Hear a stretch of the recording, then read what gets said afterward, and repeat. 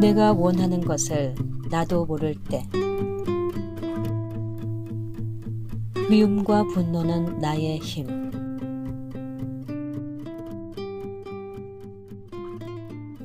누군가 날선 말과 행동으로 마음을 세차게 찌를 때, 사랑하거나 믿었던 사람에게 배신당해서 큰 상처를 받을 때 일상은 흔들리고 마음은 미움과 분노로 가득 찹니다. 이처럼 뜻하지 않게 누군가를 미워하거나 분노하는 상황은 누구에게나 있습니다. 대부분 시간이 지나면 자연스레 그 감정의 농도가 옅어지지만 어떤 감정은 점점 더 커지고 진해져서 마음을 병들게 하고, 또 어떤 감정은 깊은 곳에 숨어 있다가 불쑥 달려들기도 합니다.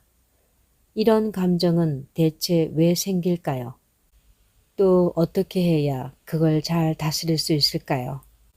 미움과 분노의 감정이 생기는 이유는 많습니다. 다양한 얼굴로 우리에게 다가오죠. 그럴 땐 대체 왜 나한테 이런 일이 생기는지 세상 모든 불행이 한꺼번에 몰아닥친 기분이 들기도 합니다. 저 역시 그럴 때가 있는데, 어떤 소설을 읽다가 그런 감정에 조금이나마 더 지혜롭게 대처하는 법을 깨닫게 됐습니다. 세상이란 건요, 행복의 모습은 대개 거기서 거기로 비슷하지만 불행의 모습은 제각각 다르답니다. 저마다 자기만의 특별한 고통을 짊어지고 있어요. 가난한 사람도 부자도 다 똑같아요. 그러니깐 당신만 무슨 특별한 사람은 아니라고요. 만약 당신만 특별히 고통스럽다고 한다면 그건 그렇게 믿는 당신 스스로가 특별히 불행한 거예요. 아사다 지로의 소설 파리로 가다에 나오는 문장입니다. 처음 그의 작품을 접하게 된 건 영화를 통해서인데요. 바로 일본 영화 철도원과 우리나라 영화 파이란입니다. 두 작품 모두 아사다 지로의 단편 소설을 영화화한 작품으로 불행과 희망이 교차하는 삶의 아름다움을 잘 그려냈습니다. 저는 무척 다양한 색깔을 지닌 그의 소설을 좋아합니다. 잔잔한 감동과 울림을 주는 동시에 인간의 어두운 면이나 현실도 담아내고 있기 때문입니다. 그가 이런 작품을 쓸 수 있었던 것은 요복한 어린 시절을 보내다 집안의 몰락으로 방황하며 사회의 어두운 면을 경험했기 때문일지도 모르겠습니다. 다시 파리로 가다로 돌아가면 앞선 문장은 레프 톨스토이의 안나 카레리나의 유명한 첫 문장의 영향을 받은 것 같습니다. 바로 행복한 가정은 서로 닮았지만 불행한 가정은 저마다의 이유로 불행하다라는 문장이지요. 아무튼 아사다 지로나 톨스토이의 말처럼 불행도 고통도 누군가를 미워하거나 화를 내게 되는 상황도 한 사람에게만 특별하게 일어나는 일은 아닙니다. 저는 왠지 이 말에 위로를 받았어요. 나만 특별히 고통을 받는다는 생각 자체가 스스로를 특별히 불행하게 만드는 원인이라는 따끔한 충고도 쓰렸지만 도움이 됐습니다. 분명 내 잘못이 아닌데도 책임을 떠맡거나 다른 사람의 실수나 잘못으로 고생할 때가 있습니다. 누구라도 화가 나는 상황이죠. 반대로 뜻하지 않게 누군가에게 해를 끼치거나 사소한 문제로 관계가 틀어져서 자괴감에 빠지는 경우도 있습니다. 저는 그럴 때마다 앞선 문장을 통해 내 감정을 살펴보고 다스릴 여유를 얻었습니다. 우리 삶에서 그런 일은 부지기수로 일어납니다. 문제는 그럴 때 생기는 미움과 분노를 부정적인 것으로 여겨서 억누르거나 없애려고만 한다는 것이죠.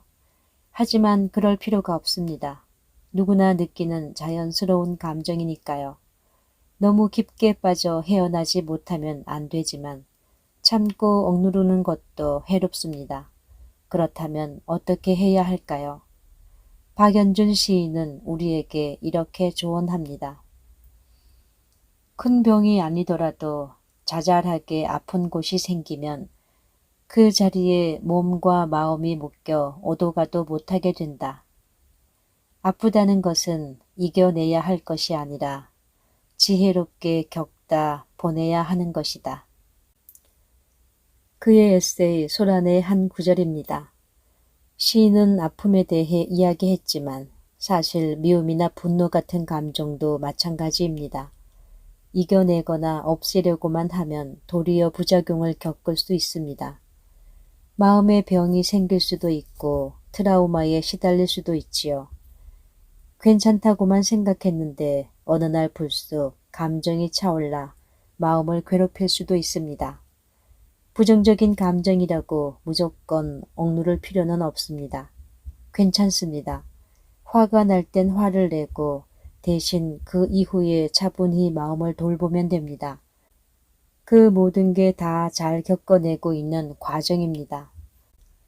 여름에 태풍이 지나가면 많은 피해가 발생하긴 하지만 폭염도 한풀 꺾이고 대기나 해양, 토양 오염이 해결되는 순기능도 있다고 하지요. 미움과 분노 같은 감정도 태풍과 같습니다.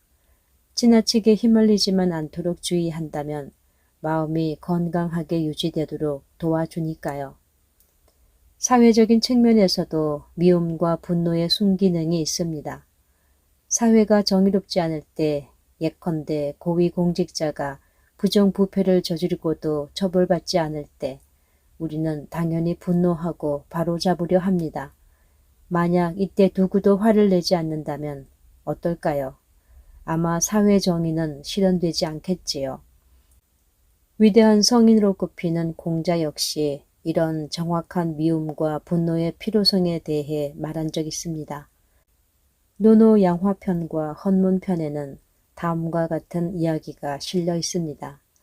제자 자공이 군자도 미워하는 것이 있습니까? 라고 묻자 공자는 당연히 그렇다고 말합니다. 그런데 누군가 다시 은덕으로서 원한을 갚으면 어떻습니까? 라고 묻자 공자는 얼굴빛을 고치며 이렇게 대답합니다. 어찌 원한을 은덕으로 갚겠느냐? 우리는 정말 연약한 존재입니다. 머리로는 별일 아니라는 걸 알고 있을 때도 감정이 흔들리고 괴로움을 느끼니까요.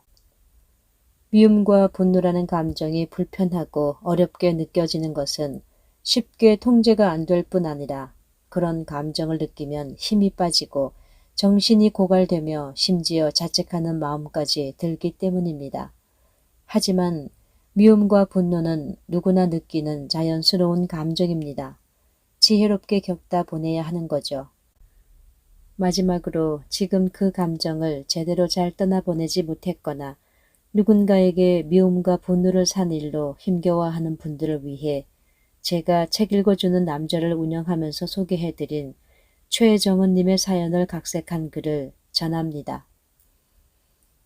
생각이 많아지고 내 곁에 누구도 힘이 되지 않아 외롭겠지만 가끔은 모두가 그렇단 사실을 잊지 마. 내 사람 같은 친구도 나를 이해하지 못하고 함께 살아온 가족조차 너를 쓸쓸하게 하지만 사실은 깊이 사랑하고 있다는 사실을 잊지 마. 골목마다 사람마다 바람만 가득한 차가운 이 세상에 금쪽 같은 시간을 뚫고 내 안부를 물어오는 사람이 있다면 그것만으로 너는 충분히 행복한 존재라는 사실을 잊지 마. 제 걱정으로 매일이 벅찬 사람들이 가슴속에 혼란과 역경을 뚫고 너를 생각한다는 게 얼마나 따뜻한 일이니.